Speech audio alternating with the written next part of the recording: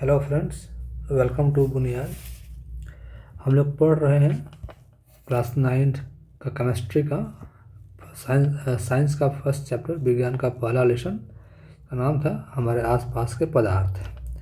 देखिए, हमने पहले वीडियो में इसका कह लीजिए एनसीईआरटी का इस लेसन का टॉपिक नंबर 1.1 और 1.2 हमने पढ़ लिया था इसका फर्स्ट वीडियो में, फर्स्ट पार्ट में। ठीक है, आज हम पढ़ने जा रहे हैं टॉपिक नंबर 1.3 से, जिसका नाम है पदार्थ की अवस्थाएं। यानी कि पदार्थ हमको जब तक किन किन रूपों में मिलता है। तो अब तक आप लोग ने पढ़ा होगा कि अगर हम मुख्यतः बात करें तो पदार्थ की हम 3 अवस्थाएं जानते हैं, जैसे ठोस, द्रव्य और गैस। सॉलिड, लिक्विड से देखिए, इसको कहते हैं सॉलिड, ठोस, सॉलिड। एक होता है द्रव्य, लिक्विड, गैस तो गैस होता ही है। तो चलिए पढ़ते हैं बारी बारी से कि मतलब किस पदार्थ की क्या विशेषताएं हैं, क्या गुण हैं। चलिए, पहला दिया हुआ है ठोस अवस्था। ठोस अवस्था तो आपने देखा होगा, ऐसे कह लीजिए कि टेबल, कुर्सी, किताब, दीवार सब ठोस है। ठोस क्या है आपको पहले से पता होगा। हमें बेसिकली ये पढ़ना है कि मतलब ठोस वस्तुएं हैं या द्रव वस्तुएं हैं या गैस वस्तुएं हैं, उनकी विशेषताएं क्या होती है। जो उनके कह लीजिए कि कण है या जो भी एज ए होल कह लीजिए, उसकी विशेषताएं क्या होती है, देखते हैं। हम पहले पढ़ रहे हैं ठोस के बारे में। उदाहरण क्या है, सबने पहले पढ़ा लीजिएगा। ऐसे देखिए, पेन, किताब, सुई, लकड़ी की छड़ भी कह लीजिए। देखिए क्या है, इसमें क्या देखते हैं, निश्चित आकार, स्पष्ट सीमाएं तथा आयतन, स्थिर आयतन मतलब नगण्य स्पंदिता। इसका होता है तब नेग्लिजिबल, नगण्य, नेग्लिजिबल मतलब न के बराबर, तब बहुत कम, न के बराबर। इसका होता है कंप्रेसिबिलिटी, यानी कि मतलब जो दबता हो, कंप्रेस होता हो। तो कह सकते हैं, ऐसे मान लीजिए ईंटा, आप लाख दबाइएगा वो नहीं दबेगा। उसी को बोलेंगे कि मतलब इसका जो आपको स्पंदीयता है वह नगण्य है, न के बराबर है। फिर लिखा हुआ कि आप जानते हैं कि हम लाख आपका बाहर से बल लगा लें, जो ठोस है वो अपने आकार को नहीं बदलते हैं, भले वो टूट जाते हैं, पर जो उनका आकार है, जो उनका शेप है, वो चेंज नहीं करते हैं। क्योंकि ये लिखा है, ये क्या होते हैं, दृढ़, रिजिड होते हैं, हार्ड होते हैं। लाख फोर्स लगाएंगे फिर टूट जाएंगे, पर जो उनका स्वरूप था वो तब देखिए बदलता नहीं है। लेकिन विचार कीजिए, अभी हम कह रहे थे कि जो जो ठोस होते हैं वो क्या होते हैं, दृढ़ होते हैं। रबड़ बैंड, रबड़ लीजिए, कहते हैं उसको खींचने पे तो तन जाता है। उनका आप पढ़ के आए हैं कि उनका जो आकार है वो दृढ़ होता है, वो अपने बदलते नहीं है। ये तो बदल गया आपका। फिर कह लीजिए, ऐसे कह लीजिए चीनी है या देखिए नमक है। मान लीजिए आपने उसको रखा है किसी बोतल में, देखते हैं उसका शेप फैल गया बोतल जैसा। मान लीजिए आपने उसको रख दिया कह लीजिए थाली में, प्लेट में, कप में, तो इसको हम रखते हैं जिस पे कह लीजिए बर्तन में, वो ऐसा तब उनका आपका शेप हो जाता है।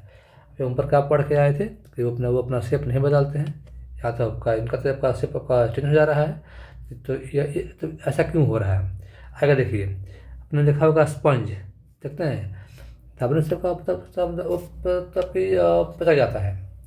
तो स्पंज है, रबड़ है, चीनी वगैरह है, ये अपना शेप बदल ले रहे हैं। हम क्या पढ़ के आए थे कि वो मतलब अपना शेप नहीं बदलते हैं, वो मतलब दब, देखिए वो आपका ठीक से मतलब दब भी नहीं पाते हैं, नो कंप्रेशन। तो यहाँ पे ऐसा क्यों हो जा रहा है, और जब ऐसा हो रहा है तो हम कह सकते हैं कि मतलब ये ठोस नहीं है, क्योंकि जो काम ठोस वस्तुएं में होता है वो इनमें नहीं हो पा रहा है। तो ये कहना तो क्या कहा जाए इनको, ये ठोस है कि ठोस नहीं है। तो देखते हैं, कह रहा है कि देखिए भले मतलब बल लगाने से इनका शेप साइज मतलब बन का बदल जा रहा है, वो तन जा रहे हैं या सिकुड़ जा रहे हैं, लेकिन फिर भी यह ठोस ही है। देखिए ऐसा क्यों हो रहा है, एक मिनट।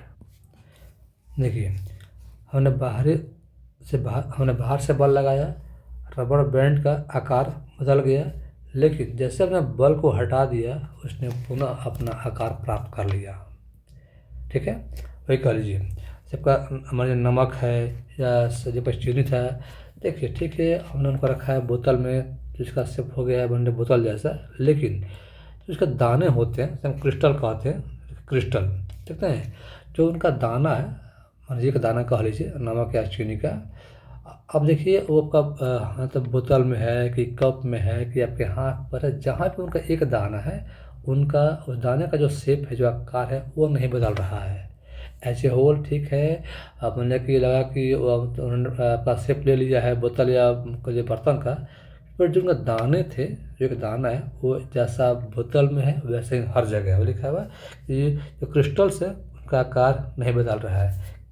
क्रिस्टल, ये पूछते आपसे कि क्रिस्टल क्या होता है, ये क्रिस्टल क्रिस्टल क्या होता है। कह लीजिए हर वो चीज़, हर वो चीज़ कह लीजिए जिसका एक खास आकार हो, एक खास आकार हो, एक डिफरेंट शेप हो, एक डिफरेंट शेप हो, तो किसी भी चीज़ का उसको क्रिस्टल कह सकते हैं।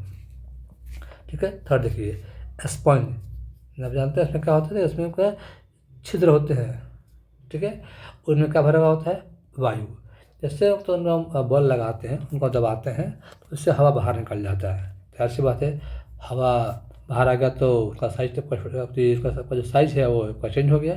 जैसे इनको हम छोड़ते हैं, जब अपना बल हटाते हैं तो फिर से इसमें हवा भर जाता है, अपना साइज फिर से गेन कर लेते हैं। हमें कह लीजिए कि मतलब बल लगाने से ठीक है भले उनका शेप साइज चेंज हो गया, लेकिन जैसे हमने अपना बल हटाया वे फिर से अपना शेप साइज गेन कर लेते हैं। इसीलिए और फिर कह लीजिए मतलब कि उनका समझिएगा, जैसे मान लीजिए आपका कोई बर्तन हो गया, कोई बर्तन हो गया मान लीजिए, ये मान लीजिए आपका एक रबड़ का टुकड़ा हो गया, रबड़ बैंड हो गया।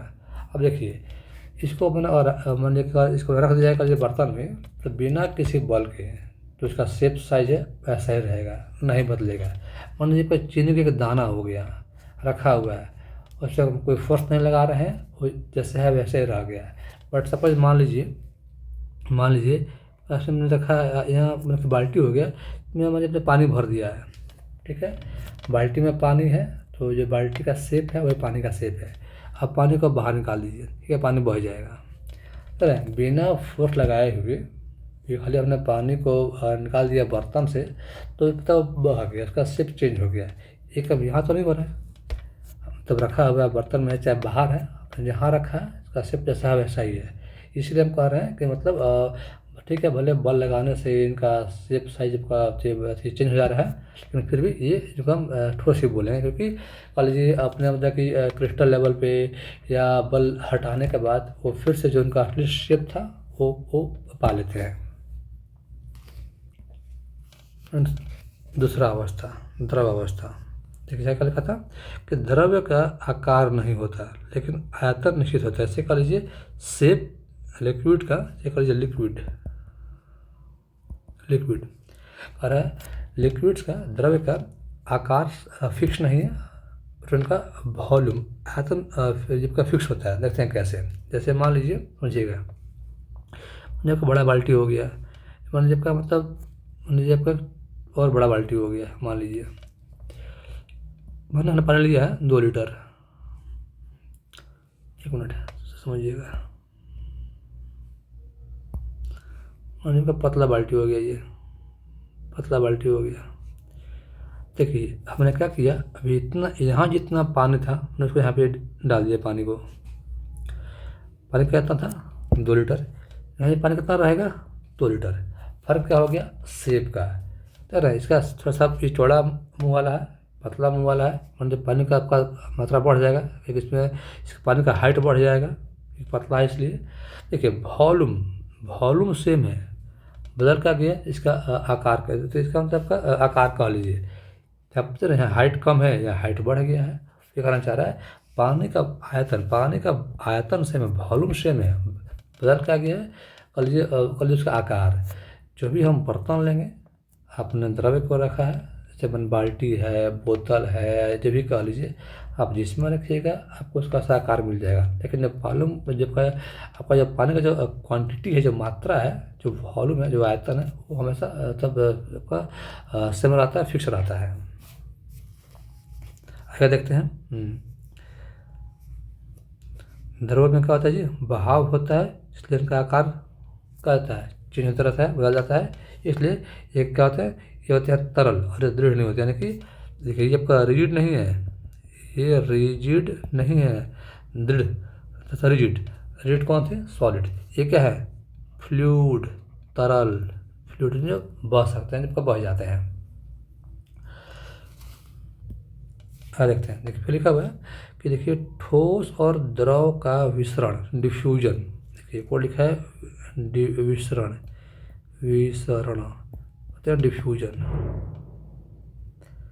इसका मतलब होता है, कह लीजिए मतलब कह लीजिए कि पार्टिकल या कणों का आपस में मिल जाना, आपस में मिल जाना,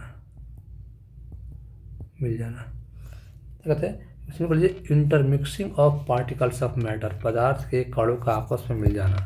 जैसे समझिएगा, मान लीजिए पानी रखा हुआ है, पानी है, मान लीजिए हमने आपका मान लीजिए डाल दिया है नमक। अब जानते हैं कि नमक पानी में घुल जाएगा, कुछ देर बाद घुल जाएगा। तो ठीक है, आपने पढ़ा होगा ये मान लीजिए पानी में कुछ गैस जैसे कि ऑक्सीजन, कार्बन डाइऑक्साइड, ये पानी में घुले हुए रहते हैं। तो कह सकते हैं, देख रहे हैं यहाँ क्या हो रहा है, द्रव्य में क्या मिल गया है, ठोस।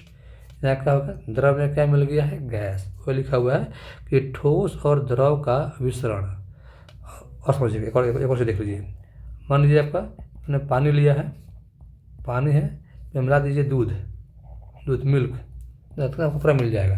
वो क्या कहना चाह रहा है कि देखिए द्रव मिल जाता है आसानी से, द्रव में गैस मिल गया है, द्रव में ठोस मिल गया है। वो लिखा हुआ है कि ठोस और द्रव का, देखिए ठोस और द्रव का विसरण, डिफ्यूजन, द्रव में संभव है। तो लिखा है गैस भी क्या होती है, विसरित होती है। गैस भी मेरे देख रहा है पानी में आप, जैसे ऑक्सीजन है, कार्बन डाइऑक्साइड गैस है। अब जानते हैं जलीय जंतु और पौधों के लिए ये दोनों गैस अत्यंत की आवश्यक होती हैं। वही कह रहा है, ऐसा मान लीजिए देखते हैं आप समुद्र में कर लीजिए बहुत से मतलब प्लांट भी आपका नीचे ग्रो कर जाते हैं पानी वगैरह में। तो मान लीजिए बिना हवा का प्लांट जो पौधे हैं वो कैसे जी पाएंगे, क्योंकि पौधे या कह लीजिए आपका जो जलीय जीव है वो जी पा रहे हैं पानी के भीतर, जो दिखाता है कि वहाँ पे पानी में गैसें मिली हुई हैं। लिखा है कि जो क्या कर रहा है, जीवधारी हो उनके जीवन के लिए श्वास लेते हैं, उनको ऑक्सीजन चाहिए। तो हम कह सकते हैं कि द्रव में ठोस, द्रव में गैस, मतलब इनका मिलना आपस में संभव मिलते रहते हैं। अच्छा, ये क्या लिखा है कि ठोसों की अपेक्षा द्रवों में विसरण की दर अधिक होती है। समझिएगा, देखिए ऐसे मान लीजिए आपका ये कोई सॉलिड हो गया, दिखा रहा हूँ, ये समझिएगा, ये ठोस, ये द्रव, ये कह लीजिए गैस। चलिए ये को दिखा रहा है, कह लीजिए कौन है, ठीक है, कौन दिखा रहा है, ठीक है, ये कौन दिखा रहा है,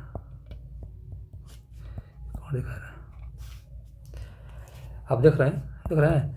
देखिए होता क्या है कि ठोस में जो इसके कण होते हैं, इनके बीच दूरी मतलब बहुत कम होती है, यानी कि मतलब इनके कर लीजिए जो बीच में जो गैप है, जो डिस्टेंस का गैप बहुत कम खाली होता है। द्रव में क्या दे रहे हैं, कुछ अधिक गैप खाली है, ज़्यादा गैप खाली है। तो गैस में क्या है और आपका बीच में गैप खाली है। क्या चाह रहा है कि ठोस के जो कण है इनके बीच जो मतलब कह लीजिए क्या कहते हैं, मिनट रुकिए, यहाँ कह रहा है कि ठोस के जो कण है उसके रिक्त स्थान, खाली जगह बहुत कम होता है। इससे ज़्यादा खाली स्थान द्रव्य में होता है। उससे ज़्यादा कहाँ होता है, गैस में होता है। खाली स्थान कर लीजिए और इस कर लीजिए। देखिए क्योंकि हम लोग हमने पीछे पढ़ के आया था कि जो कण होते हैं पदार्थों के वो हमेशा गतिशील होते हैं। देखिए क्योंकि यहाँ पर मतलब जगह बहुत कम खाली है तो ये कम गतिशील होंगे, जाएंगे तो मतलब कि आपका जगह बहुत कम है तो देखिए ये मतलब आपस में लिक्विड तो टकरा जाते हैं आपस में, ये आपका कोलाइड कर जाते हैं। यहाँ क्या है, जगह ज़्यादा खाली है तो ये आराम से घूम फिर सकते हैं। यहाँ और आपका जगह खाली है जिसके कण हैं गैस के वो और तो आराम से घूमेंगे फिरेंगे। वो लिखा हुआ है कि ठोसों में जो ठोस वस्तुएं हैं इनमें कह रहा है कि जो कण हैं वो कम गतिशील होते हैं, द्रव में वो और अधिक आपका गतिशील में रहते हैं। गैस पाएंगे तो जिनकी गति है वो और बढ़ जाती है क्योंकि जगह खाली अधिक होता है गैस में, उससे थोड़ा कम द्रव उससे कम ठोस। कोई कहना चाह रहा है कि द्रव में कह रहा है जो कण होते हैं वो गति करते हैं आराम से, और कह रहा है ठोस की अपेक्षा जो द्रव के कण में दिखाया गया जो स्थान होता है वो ज़्यादा खाली होता है। यानी कि द्रव में खाली स्थान ज़्यादा और उनका जो कण के जो कण है गति भी ज़्यादा एज कम्पेयर टू सॉलिड्स। ठोस का लीजिए। थर्ड देखिए गैस, एक मिनट। थर्ड देखिए गैसीय अवस्था। देखिए कई तरह देखिए कह सकते हैं कि ठोसों एवं द्रव्यों की तुलना में गैसों की स्पंदीयता निकल लीजिए कंप्रेशन अधिक होती है। मतलब कि देखिए ठोस को कर लीजिए हम तो ठीक से मतलब हम दबा नहीं सकते हैं, वही हर द्रव्य का भी है, बट गैस को हम आसानी से दबा सकते हैं, उसी को कह रहा है कंप्रेसिबिलिटी। देखिए घर पे अपने LPG द्रवीकृत पेट्रोलियम गैस, ये कहते हैं लिक्विफाइड पेट्रोलियम गैस। एक है CNG, से कहते हैं कंप्रेस्ड नेचुरल गैस। ये कह रहा है देखिए एक कर लीजिए, देखिए कर लीजिए आपने देखा होगा, कर लीजिए बिल्कुल लोग को देखते हैं लोग कैसे लगाते हैं कर लीजिए गैस के तो सांस लेने के लिए वो क्या कहते हैं ऑक्सीजन सिलेंडर। कहाँ होता है, कर लीजिए अस्पताल वगैरह में। तो उससे देखिए होता क्या है, ऐसे मान लीजिए आपका सपोज आपका सिलेंडर हो गया, इस पर हम भरते हैं गैस को, लेकिन उनको कंप्रेस करके मतलब देखिए भर रहे हैं गैस बट उनको भरते हैं कल हम द्रव के रूप में। आपको चेक कीजिएगा घर में कर लीजिए अपने सिलेंडर को, जो घर में गैस होता देखिएगा वो होता है गैस, बट इतना उसको दबा दिया गया है, इतना उसको कंप्रेस कर दिया गया है कि वह मतलब गैस से वो मतलब कंप्रेस होकर लिक्विड द्रव्य बन गए हैं। ये कारण चाह रहा है कि हम यूज करते हैं गैस को बट भरते हैं कह लीजिए लिक्विड फॉर्म में, ताकि मतलब कि मतलब बड़े से मात्रा को अधिक मात्रा को हम कम जगह में हटा सकें। इसलिए क्या करते हैं, हम कंप्रेस करते हैं, हम मतलब कि गैस को भरते हैं कह लीजिए लिक्विड फॉर्म में। देखिए दिखाई भी होगा कि देखिए लिखा है कि गैस का अत्यधिक आयतन को कम आयतन वाले सिलेंडर में भर दिया जाता है ताकि तो वो कम जगह में अट सके। फिर देखिए एक और चीज़ लिखा है कि नाक तक पहुंचने वाली गंध से बिना रसोई में प्रवेश कीजिएगा। देखिए हुआ था लास्ट टाइम ना कि गर्म खाने की खुशबू दूर तक फैलती है ठंडे खाने के मुकाबले। ऐसा कुछ हुआ था ना कि जो पदार्थ के जो कण है वो गतिशील होते हैं और तापमान मिलता है, तापमान बढ़ने से जो उसकी गति की मात्रा बढ़ जाती है। यानी गर्म खाना है, खाना गर्म है, तापमान ज़्यादा है तो जो इसके कण जो खाने के कण हैं वो अधिक फास्ट भागते हैं। इसलिए कहा जा रहा है कि अगर गर्म चीज़ है, गर्म खाना होगा तो उसकी खुशबू दूर तक फैलती है क्योंकि उनमें तापमान अधिक है, उनमें ऊर्जा अधिक है, इसलिए दूर तक भागते हैं। एक और चीज़ देखिए देखते हैं जब LPG देखिएगा कहता है कि LPG सिलेंडर का LPG गैस है, इसका अपना महक नहीं होता है। और देखा होगा आपने कभी तो घर में देखिए महका होगा LPG गैस को, तो जब इसका अपना महक नहीं तो महकता क्यों है। देखिए कह रहा है क्योंकि मतलब गैस लीक कर रहा हो, मान लीजिए सपोज इसका तब LPG है। देखिए अगर मान लीजिए गैस लीक कर जाए तो इसका तो मतलब हाउ विल वी नो, मतलब कि मान लीजिए कैसे हमको पता लगेगा कि गैस लीक कर गया है, इसका तो महक तो होता नहीं है। तो गैस का लीकेज पता करने के लिए इसमें मिलाते हैं केमिकल, इसका नाम है इथाइल इथाइल मरकैप्टेन। ठीक है, और है इथाइल मरकैप्टेन एक केमिकल है जो हम मिलाते हैं एलपीजी में ताकि अगर गैस लीक कर रहा हो तो इसकी महक से हम पहचान लें कि गैस लीक कर रहा है, तब उसको ठीक करना है।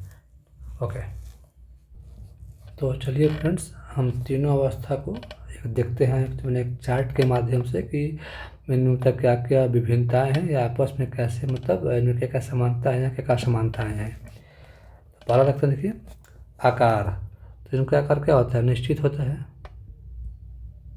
निश्चित, ये अनिश्चित, ये अनिश्चित। आयतन वॉल्यूम निश्चित फिक्स, निश्चित, ये अनिश्चित, ये अनिश्चित।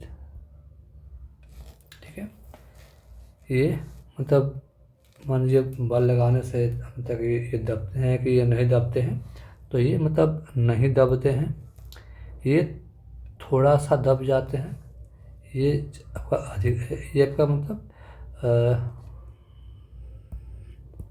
ये आपका अधिक दब जाते हैं, ज़्यादा दबते हैं। ये दृढ़, ये बहुत ज़्यादा दृढ़ है, रिजिड है, मतलब ये कम है, ये तो बहुत कम है।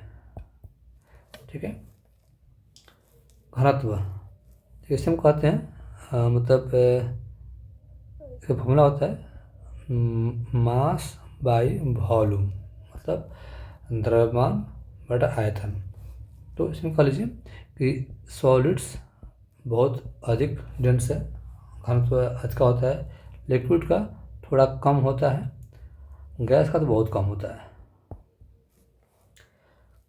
अब उनके बीच खाली स्थान, तो सबसे कम खाली स्थान हम जानते हैं, सबसे कम ठोस में, उससे कम सॉरी एक मिनट देखिए, इससे थोड़ा सा ज़्यादा खाली स्थान,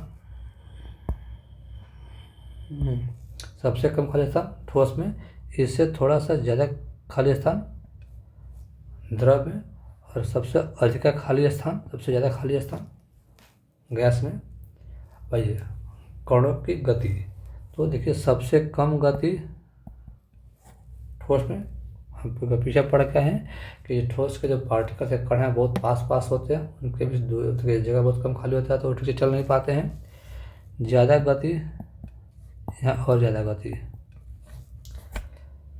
उनके बीच का बल कह लीजिए, तो सबसे अधिक बल ठोस में, उससे कम बल द्रव में, और सबसे कम बल गैस में। डिफ्यूजन, सबसे कम डिफ्यूजन ठोस में, उससे थोड़ा सा अधिक डिफ्यूजन विसरण द्रव में, सबसे अधिक विसरण गैस में। निकाल लीजिए कि इस चार्ट के हेल्प से आप समझ सकते हैं देखिए पेज में कि तीनों गुण क्या है, विशेषता क्या है पदार्थ के तीनों कर लीजिए अवस्थाओं का। आगे देखते हैं, देखिए यहाँ पे बात लिखा हुआ है कि बर्तन की दीवार पर गैस कण द्वारा प्रति इकाई क्षेत्र पर लगे बल के कारण गैस का दबाव बनता है। देखो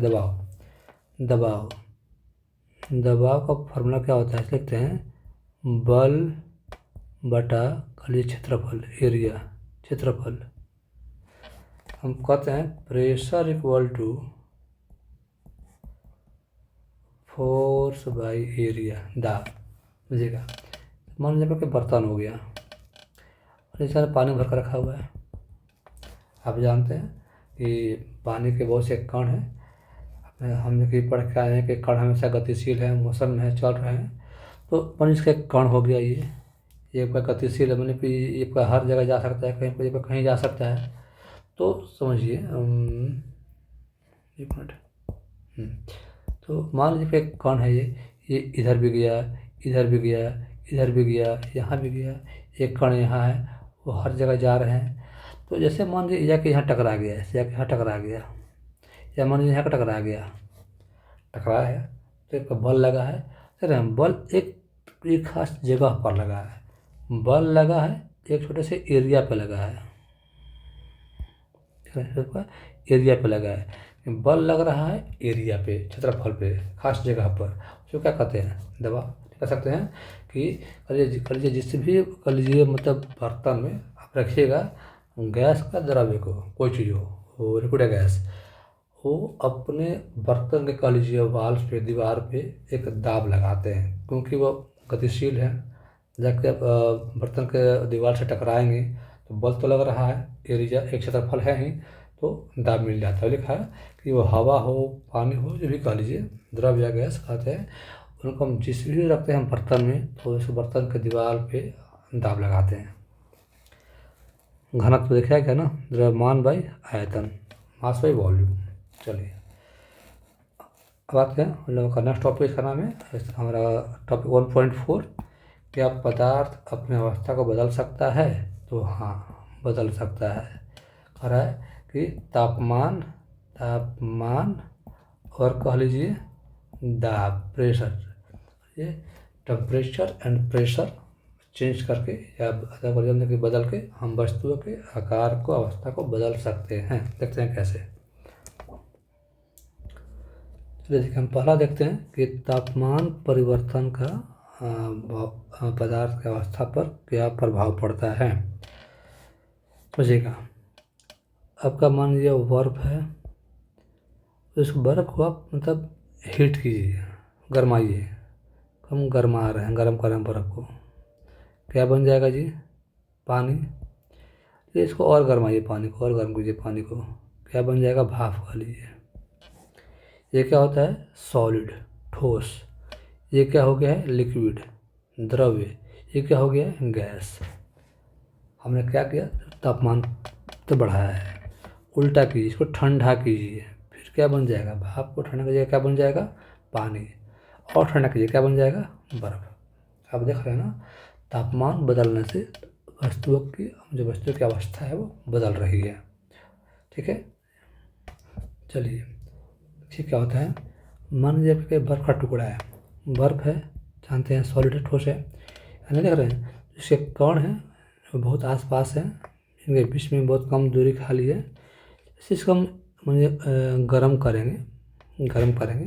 हमने पहले पढ़ा है कि गर्म करने से जो इसके कण की जो गति है वो बढ़ जाती है, यानी कि अब जो इसके बर्फ़ के कण हैं जो बहुत पास हैं, वो अब चाहेंगे हम दूर जाएं, क्योंकि गति बढ़ गई है, तो अब लगेंगे दूर होने। याद है, ये विशेषता है द्रव्य की। द्रव्य में जो कण होते हैं वो थोड़ा सा दूर होते हैं।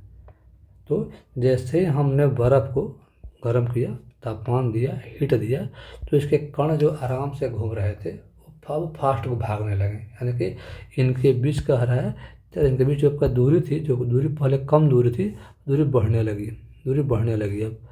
तो ये क्या बन गया, हम तब आपका पानी बन गया, बर्फ़ से पानी बन गया, यानी कि क्योंकि हमने पढ़ा है कि ठोस में दूरी कम होती है और द्रव में दूरी ज़्यादा होती है। इसको आप और गर्म कीजिए, पानी को आप और गर्म कीजिए, ये इसके कण है और दूर चले जाएंगे। आप जानते हैं ये काम कहाँ होता है? गैस में होता है। गैस में दूरी और बढ़ जाती है, पढ़ा होगा आपने, क्योंकि इसके जो कण थे गर्म किए, दूर भागने लगे तो दूर हो गए, तो और हीट को गर्म किया, कण और दूर भागे तो और दूरी बढ़ गई। यानी कि कह रहा है कि तापमान बढ़ा के हम देख रहे हैं कि हम पार्टिकल से जो कण के, जब हम बीच की दूरी बढ़ा देते हैं, इससे उनका आकार बदल जाता है। ठंडा कीजिए, उल्टा कीजिए, अब तापमान कम कीजिए, तो लगेंगे पास आएंगे, ये लगेंगे पास आने, जो दूरी बढ़ गई है, दूरी कम हो जाएगा, तो गैस से द्रव बन जाएंगे। तो और ठंडा कीजिए, जिनके कण की दूरी और पास आएंगे, इससे क्या बन जाएंगे? सॉलिड बन जाएंगे, ठोस बन जाएंगे। यानी कह रहा है तापमान घटा बढ़ा के हम वस्तुओं की अवस्था में चेंज कर सकते हैं। ये बात लिखा है कि जिस न्यूनतम तापमान पर ठोस पिघल कर द्रव्य बन जाता है, उसे क्या कहते हैं? गलनांक कहते हैं। देखा रहा है, समझे, कह लीजिए वो सबसे कम तापमान जिस पर कोई ठोस पिघल के क्या बन जाए? द्रव्य। ये क्या बोलते हैं? गलनांक, उसे हम इंग्लिश में कहते हैं मेल्टिंग पॉइंट। मेल्टिंग पॉइंट यानी कि जब भी कोई solid tangent to liquid at a different temperature that is called its melting point. ठीक है, उल्टा कर दीजिए यानी कि से ये पीस चार्ट देखिएगा, हाँ देख रहे हैं। ओके, यहाँ इस फिगर पे हम बाद में पहले ज़्यादा देख लेते हैं। चलिए देखिए, हमने क्या किया, सिंपली एक बर्तन में बर्फ़ लिया है, उसमें क्या रख दिया है, थर्मामीटर तापमान नापने के लिए। एक किस्से में पानी लिया है, सिम कर रखा है थर्मामीटर तापमान नापने के लिए। देखिए हम दोनों को आग दे रहे हैं, हीट कर रहे हैं। देखिए क्या होगा, आप जानते हैं बर्फ़ होगा पिघल के पानी बन जाएगा, पानी तब पिघल के करिए हमने कि गर्म होकर भाप बन जाएगा, पड़ा होगा। लेकिन देखिएगा, आप जानते हैं हम कहते हैं कि जब पानी का जब का बर्फ़ का तापमान कितना होता है जी, 0 डिग्री सेल्सियस बर्फ़ है तो पानी भाप का बनता है 100 डिग्री सेल्सियस पे, नो डाउट। और 0 से कह लीजिए 100 के बीच में बेसिकली हम कहते हैं कि पानी होता है, वो द्रव्य होता है। 0 पे ठोस, 100 पे गैस और बीच में द्रव्य कह लीजिए। तो यहाँ तक का मान लीजिए बर्फ़ है, तो जो देखिए आपका जो थर्मोमीटर है अभी आपका तापमान, आपका कितना तापमान दिखा रहा होगा, 0 डिग्री सेल्सियस। चलिए अब उसको हम हीट कर रहे हैं। देखिए जाहिर सी बात है, जो आपका थर्मोमीटर है मान लीजिए तापमान मैंने 0 से पहले फिर बढ़ के 5 होगा, 10 होगा, 20 होगा, बढ़ जाएगा।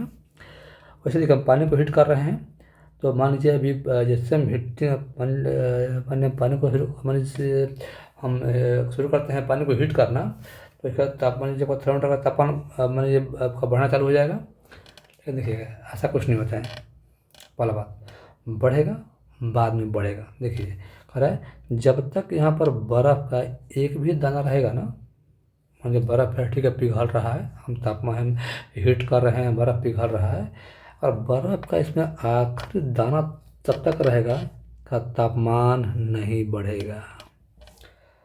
हम हीट दे रहे हैं, आग दे रहे हैं, लेकिन बर्फ़ पिघलना चालू हो जाएगा, बर्फ़ पिघल रहा होगा, बर्फ़ पानी बन रहा होगा। लेकिन जब तक सारा का सारा बर्फ़ नहीं पिघल जाएगा, थर्मोमीटर का तापमान नहीं बढ़ेगा।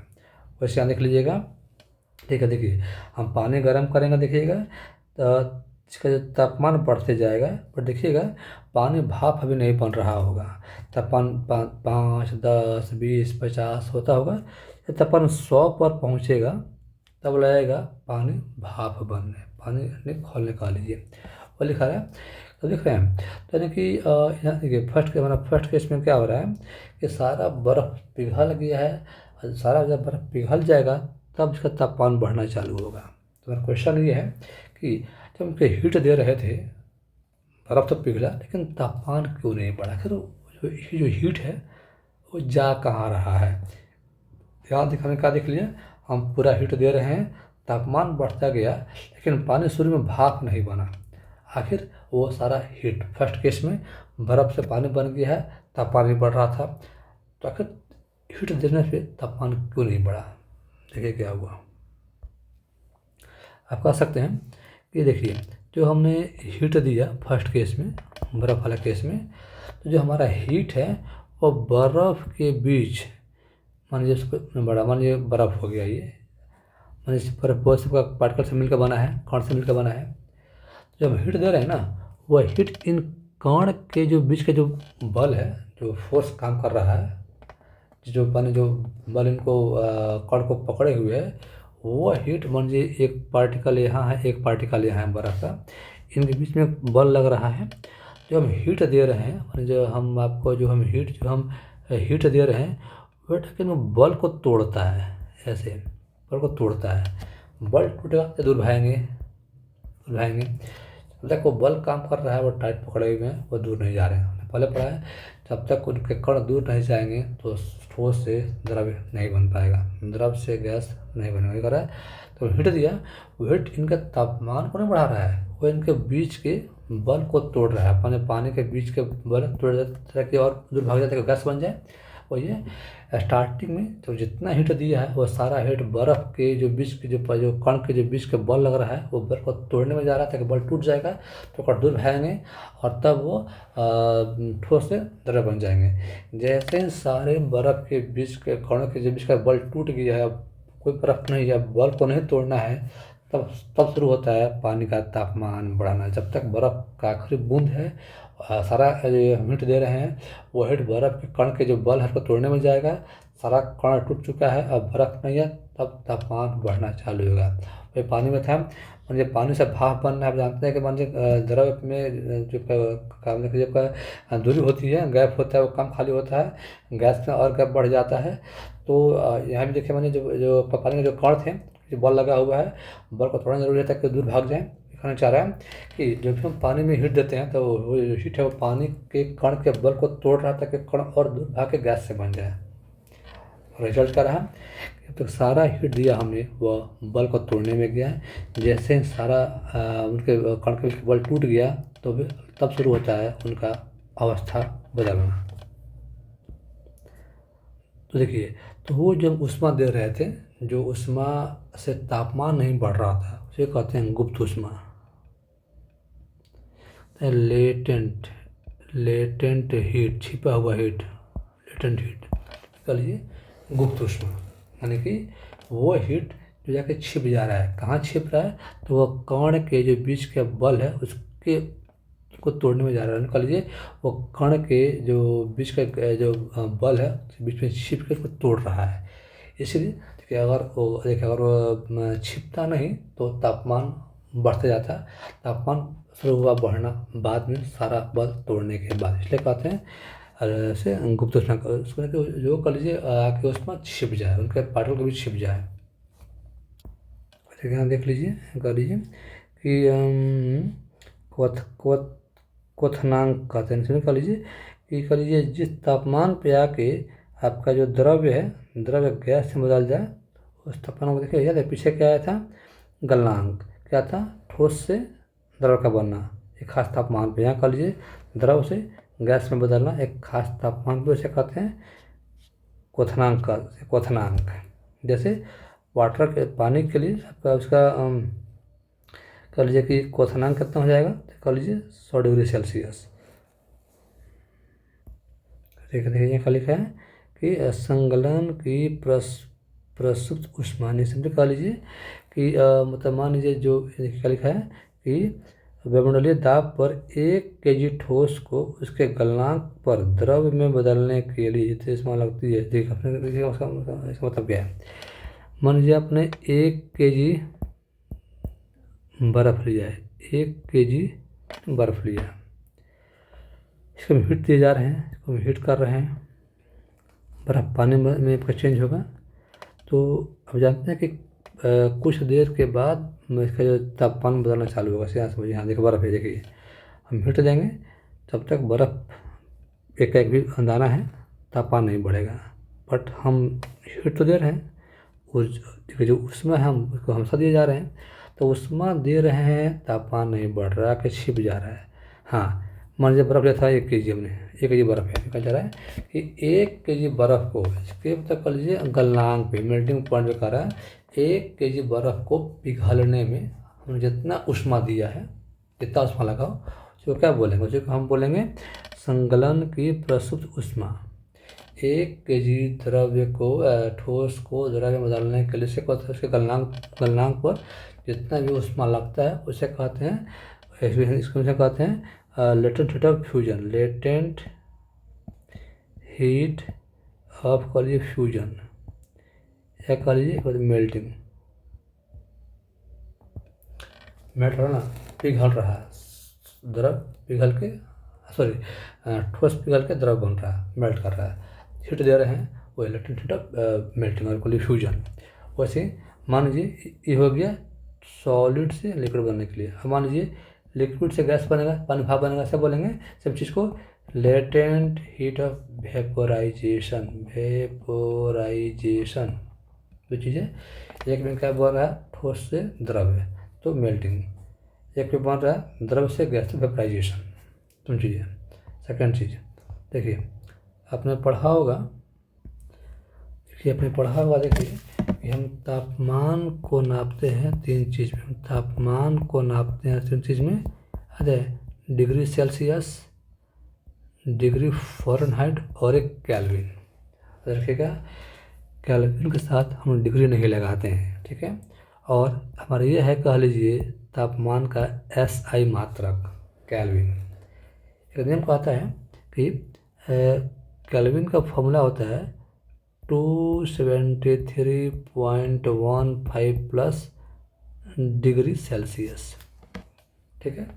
जैसे मैंने कह दिया जाए कि 100 डिग्री में मुझे क्वेश्चन पूछ दे कि 100 डिग्री सेल्सियस इक्वल टू कितना केल्विन। क्वेश्चन करेंगे, क्या था, हम केल्विन में क्या लिखेंगे 273, इसमें C जोड़ देंगे, 100 जोड़ दीजिए मोटा मोटी, कितना सिंपल 373.15 केल्विन। कुछ नहीं करना है, जितना डिग्री सेल्सियस दिया हुआ है उसमें क्या जोड़ दीजिए 273.15 वो मिल जाएगा केल्विन। और हम कह सकते हैं कि 0 डिग्री से मतलब हमारा हो गया 273.15 केल्विन। देखिए दिक्कत क्या होता है, फिर पूछ दे कि 1 डिग्री C में कितना केल्विन, तो बच्चे यही बता देते हैं आमतौर पे, नहीं सर इसमें आपको वो जोड़ना पड़ेगा ना, इसमें आपको जोड़ना पड़ेगा 273.15 प्लस ये 1 जोड़ते हैं ना, 1 इसे जोड़ रहे हैं ना, तो 1 कितना हो गया 274.15। ध्यान दीजिएगा आप लोग, जीरो मतलब जो है जो वैल्यू दिया होता है वो उसी को यूज कर लेते हैं, तो ये हो गया। अब एक कह लीजिए कि हम कैसे जाएंगे, कह लीजिए फ़ारेनहाइट केल्विन में। फ़ारेनहाइट केल्विन में देखिए क्या फॉर्मूला दिया होता है, हम डिग्री C का फॉर्मूला होता है डिग्री F माइनस 32 इंटू 5/9। और आपको डिग्री F में आना है, फॉर्मूला होता है C इंटू 9/F प्लस 32, याद रखिएगा, ठीक है। और डिग्री C से कहाँ आना है, डिग्री F में, ये फॉर्मूला अप्लाई करेंगे। और डिग्री F से कहाँ आना है, डिग्री C में, तो ये फॉर्मूला अप्लाई करेंगे। और एक था हमारा क्विक क्या था, तो 273.15 प्लस 0 डिग्री C, जो 3 चीज़ें। फ्रेंड्स ये फिगर देख लीजिए आप लोग, ठोस से गर्म किए तो द्रव, गर्म किए तो गैस, ठंडा किए तो द्रव, ठंडा किए तो ठोस। सिंपल सी फिगर है, आपने पहले पढ़ा होगा। चलिए तो देखते हैं आज का लास्ट टॉपिक, कि आपने पहले देख लिया कि तापमान का क्या असर पड़ता है अवस्था पे। अब देखिए दाब का, प्रेशर का क्या असर पड़ता है, प्रेशर का देख समझिएगा। मान लीजिए आपके पार्टिकल्स कण दूर दूर थे, हम इसको हम पास ला दिए दबा के, मान लीजिए हम इसको बल लगा के हम दबा रहे हैं दोनों बगल से, इससे क्या होगा, देखो जो पार्टिकल्स है वो पास आएंगे। मान लीजिए पहले गैस थे, अब जानते हैं गैस में पार्टिकल दूर होते हैं, दबा दिया पास आ गए, क्या बन जाएंगे, द्रव, दूरी कम हो गई है ना। और जब ऐसे मान लीजिए कभी पास पास आ गए हैं, अब पास आ गए हैं, ठीक है, मैंने इसको और बल लगाया और पास आएंगे, क्या बन जाएंगे, ठोस। जब कैसे ऐसे हो गए पार्टिकल और पास पास आ गए हैं, कहना चाह रहा है कि देखिए दाब लगाकर हम पार्टिकल के बीच की दूरी कम कर दे रहे हैं, यानी कि गैस था, दूरी अधिक थे, उनके बीच में कम हुआ, द्रव्य बन गए, और बल लगाए और दूरी कम हुआ और मतलब ठोस बन गए। जो कहना चाह रहा है कि दाब लगाकर भी, दाब बदल कर भी हम वस्तु की अवस्था को चेंज कर सकते हैं। लीजिएगा, कहना चाह रहा है दाब बढ़ने के साथ साथ तापमान घटना चाहिए। कहना चाह रहा है, लिखा हुआ है कि आपका कि दाब को बढ़ाइए प्लस तापमान को कम कीजिए। तापमान अधिक रहेगा, देखिए, और तो देखिए दिक्कत क्या है, हमने पहले पढ़ा ना कि तापमान बढ़ने से जो बीच की दूरी है बढ़ती जाती है। और देखिए हम दाब लगा रहे हैं, देखिए दाब में हम दूरी को कम करते हैं, तापमान बढ़ा देंगे तो दूरी उनकी चूँकि गति बढ़ जाएगी, तो दूरी देखिए वो चाहेंगे दूर जाना, हम चाह रहे हैं दाब बढ़ा के पास लाना और तापमान दे रहे हैं, दूरी तो बढ़ उनका कह लीजिए जब गति होता है उसका गति तो बढ़ जाएगा, तो चाहेंगे दूर जाएँ। तो इसीलिए चूँकि मतलब देखिए आपका दोनों उल्टा काम हो जाएगा। दाब में चाह रहे हैं पाठ लाना, तापमान बढ़ेगा तो जाएंगे दूर जाएंगे और काम हो नहीं पाएगा। इसीलिए कहता है कि दाब बढ़ाकर और तापमान कम कर ताकि पार्टिकल्स के बीच के जो मोशन है वो ना बढ़ जाए, इसलिए हम तापमान को कम रखते हैं। ठीक है, जैसे एलपीजी में क्या भरते हैं, गैस भरते हैं। वो देखिएगा चूँकि भर रहे हैं सिलेंडर में तो हमारा दाब ज़्यादा है। अगर कभी चेक कीजिएगा, देखिएगा ऐसे आपका मन रखते हैं और आपका जो हम एलपीजी जब आपका जब गैस भरते हैं, देखिएगा वो आपका जो सिलेंडर है सब उसको कभी आप टच कीजिएगा भरवा के लगेगा, बहुत ठंडा लगेगा आपको। ये क्यों, तापमान कम रखा गया है। तापमान अगर बढ़ा देते तो हो सकता है शायद जो गैस है उस पर भर नहीं पाता, क्योंकि पार्टिकल्स चाहेंगे दूर जाना। तो कहना चाह रहा है कि जब भी कहना चाह रहा है कि हम मैंने कि हमेशा काम करते हैं जहाँ पर हम दाब का इस्तेमाल करते हैं अवस्था चेंज करने के लिए, तो हम दाब बढ़ा कर रखते हैं और तापमान कम रखते हैं। देखिए वो लिखा है शुष्क बर्फ, dry ice, carbon dioxide gas. ठीक है, क्या कहते हैं, सॉलिड CO2। देखिए CO2 गैस है, ठीक है, CO2 गैस है। हमने इसको कैप्चर चेंज कर दिया है तब द्रव्य में ऐसे ठोस में, तो सॉलिड CO2 शुष्क बर्फ। देखिए क्या होता है, ड्राई क्यों जी, देखिए बर्फ क्यों, ये देखिए गैस था दाब लगाया है तो पहले क्या है कि दाब के साथ हमारा तापमान कम रखता है, तो तापमान बहुत कम ठंडा हो गया है। ठंडा है तो बर्फ़। ड्राई सूखा क्यों, अब जानते हैं बर्फ़ भींगा होता है, जो बर्फ़ बनता है कॉलेज जो हम यूज़ करते हैं वो बर्फ़ भींगा होता है, वो पानी से बनता है। यहाँ तो पानी है नहीं तो इतना ठंडा है उसको हमने बर्फ़ कह दिया है। सूखा इसलिए कि वो देखिए बर्फ़ से मतलब बच्चे भींग जाती है, यहाँ भींगता नहीं है। ठंडा है तो बर्फ़, सूखा है तो वही सूखा खा लीजिए। इसलिए कहते हैं कि सॉलिड CO2 को हम ड्राई आइस कहते हैं, क्योंकि बहुत ठंडा होता है प्लस ये मतलब जैसे बर्फ़ होता है वैसे बच्चों को भिंगाता नहीं है ये।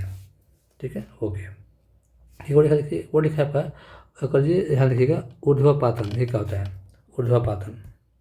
जैसे अब तक हम क्या पढ़ के आए थे, उन्हें देखिए सॉलिड से वस्तु लिक्विड में गया, पहले तापमान बढ़ा के लिक्विड तब गैस में गया। लेकिन मान लीजिए सीधे कह लीजिए डायरेक्ट सॉलिड से गैस बन जाए, एकदम डायरेक्ट, या गैस से सॉलिड बन जाए, कहते हैं ऊर्ध्वपातन। तो ये कह लीजिए कहते हैं सब्लिमेशन। और ड्राई आइस यानी कि सॉलिड CO2, देखिए CO2 गैस था तो हमने दाब दिया, दाब अधिका था, तापमान कम था, जैसे आपका ये आपका गैस से ये क्या बन गया, सॉलिड बन गया। यानी क्या दिखा रहा है, सब्लिमेशन। डायरेक्ट कह लीजिए सॉलिड से गैस या गैस से सॉलिड बिना लिक्विड चेंज किए गए, तो ऊर्ध्वपातन। ठीक है, हो गया हमारा यहाँ तक। तो आप देखिए आपका दे दिया चार्ट बना के कि ठोस से क्या बन रहा है, द्रव से क्या बोलेंगे, संगलन। द्रव से गैस, वाष्पीकरण। इसके इंग्लिश देखिए, इससे हम कहते हैं समझ कह लीजिए सो ठोस से मेल्टिंग या कह लीजिए फ्यूजन, या कह लीजिए वेपराइजेशन। हो जाता है बॉइलिंग भी कह सकते हैं, बॉइलिंग। या करें यहाँ कह लीजिए गैस से ठोस, यहाँ करें डिपोजिशन। इसको कह रहा है आपका सब्लिमेशन।